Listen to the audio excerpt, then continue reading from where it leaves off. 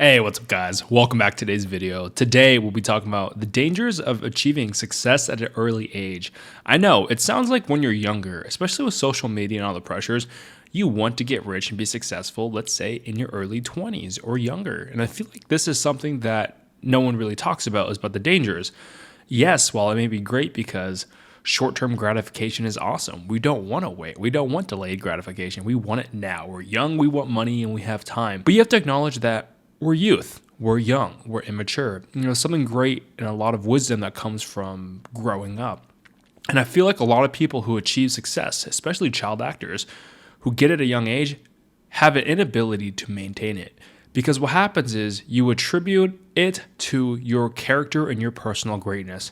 Yes, talent and hard work will get you very far, but there's an element of luck, being in the right place with the right people. So it overinflates your ego, right? It overinflates your ego. And I feel like when you're younger, you don't really have the perspective of life being greater than just 20 years old. You notice it with a lot of Olympic athletes and UFC fighters. They achieve success. They have the greatest fight or they get gold medals. But then what happens is they feel utterly depressed because all meaning has been lost. You spend all your time working for something, especially at a young age, and then the fight's over, the medal is over. What happens next? You put all your energy and effort into achieving this thing and you did it. It's really hard because I feel like it loses a lot of meaning. You don't know which direction to go to. Because what happens is if you achieve more fame, more money, another win, it doesn't really scratch the itch. You need to have a personal definition of what success is. In terms of myself, I remember I achieved a great amount of success early on in my life. Look, I grew up very poor in poverty, like I mentioned in the past, and I got out of homelessness. I was able to get a full ride scholarship that paid for my housing, flights, haircuts, food, and it gave me a little budget to actually enjoy my life. So I decided to go to Cal Poly. For the first 18 years of my life, I grew up with my mom and brother, and we lived off an income of $14,000. That's extremely poor. That's literally below the level of poverty. And then what happens is, remember getting the scholarship. It was like my life changed. I knew my life was going to change. Everything that I did for 18 years was to get in college and to get a scholarship. And it was hard. I remember spending every minute, everything I did was to get a scholarship. It meant working out, working hard in school, working on the weekends, getting a full-time job on the side to support myself, as well as pay extra for extracurriculars. And I just literally did not enjoy my life. I just worked. I remember I would go to school for 8-9 hours a day, go to lacrosse practice or go work out for 2-3 hours, and then study for the rest of the night. And then I went to a job and I did that on the weekends. I didn't really have fun. But I remember that joy and the satisfaction that I got from earning this scholarship. I knew that my life was forever changed. But what happens was I was celebrating and happy for 2 to 3 months. I was fucking happy. I was like, wow, I did it, guys. And I celebrated and had fun. And I was like, wow, my life actually has meaning. But slowly and steadily, as time went on and I was about to go off to college, I had the impending thought of what's next. And I was clueless. I went through an existential crisis, and I remember going to existential therapy because I couldn't find meaning in my own personal life.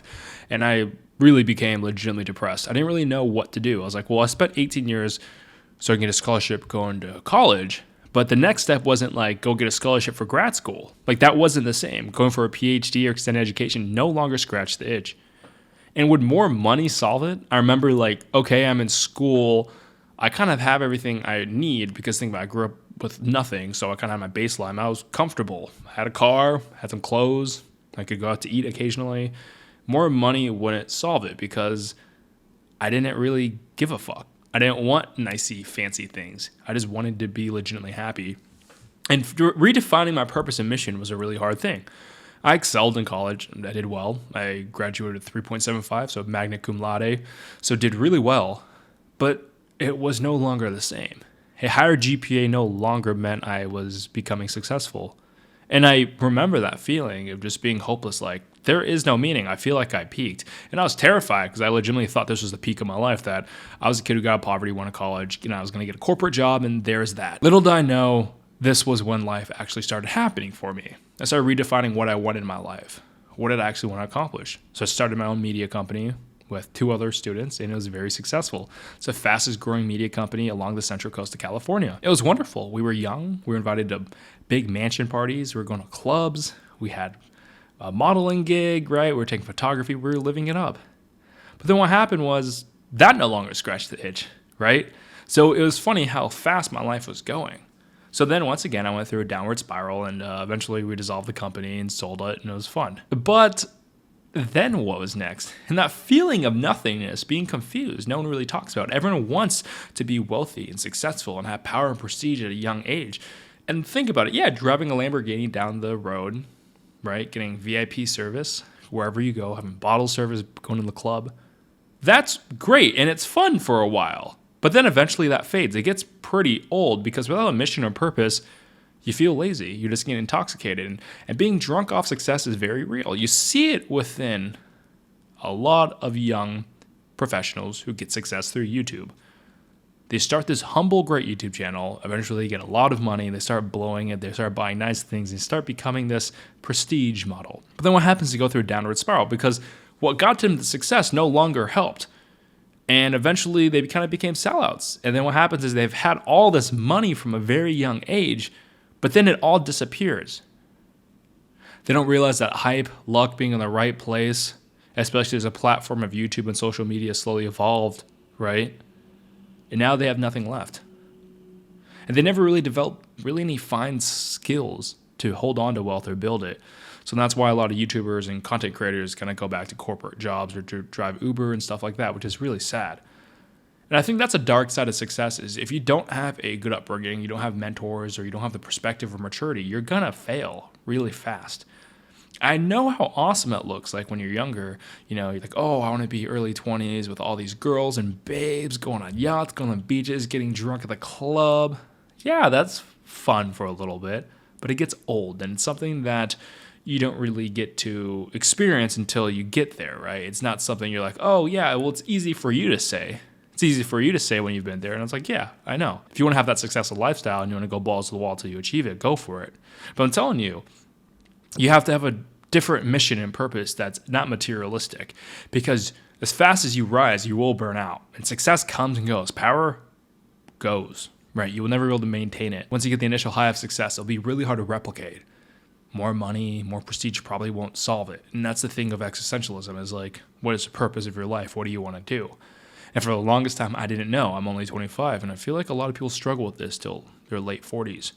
But I'm so thankful I fell in this hole of YouTube. And Bedroom Talks is a legitimate passion of mine. The impact I have and letters and comments and emails I get from you guys in DMs, it's amazing. So thank you for sharing your personal experience. It's great to know that I'm having a great impact in creating a community that where we can share our experiences of what it means to be an Asian man, or just a man in general, right? Being a young man in this world is extremely difficult, especially when masculinity is frowned upon. I get it, especially when you've done everything right by the book, but you don't have the life that you imagine. You know, you got good grades, you got the good job, but you don't really have friends. You don't really have a girlfriend. You feel so isolated, and the only world you have is the online world. And I get that. I've personally been there, and I hear you. It sucks. But personal connection and joy and mission and purpose is something that you have to go out and find out for yourself of what you want. And the sad thing is you find that by dissatisfaction of life. By getting a lot of what you don't like, you know which direction to move towards. And I wish it was more of like you wake up one day and you're happy and you're like, I know what direction to move in. Usually that's not the case. The case is you wake up and you're like, I fucking hate my job. I hate my partner. I hate my friend group. I hate my life. I'm not happy. Right? You start having negative thoughts. So my best thing is use that as a catalyst to change and go the opposite direction and keep changing until you're no longer depressed or unhappy with your life. And that necessarily won't solve it. Depression is a real thing if it's clinical. But you got to try your best, try to change your environment, try to change your passions until you find something that clicks. And that's a sad part of life is it's really hard to discover your passion. And the thing is, passions evolve. Things you were once interested in no longer serve you. And right now it's Bedroom Talks. It's accumulation of my life experiences or exposures to life that I can share with you guys, and I hope you guys find some immense value. But the dangers of success at an early age is it's profound. It can really make you burn out, especially if you're young and you get on the success fast, you can't maintain it, and then you start spiraling because you become an egomaniac. You feel like you're on top of the world. You feel like a legitimate god. So having that humility and realistic humbling presence in your life to bring you back to the root and see reality as it is this is just a phase of your life. Okay? This power is not indefinite. So treat it as such and do the best that you can possibly can in this life. Hope you guys enjoyed the video. If you guys want some more information, please check out my juicy website, bedroom-talks.com. It's in the description below.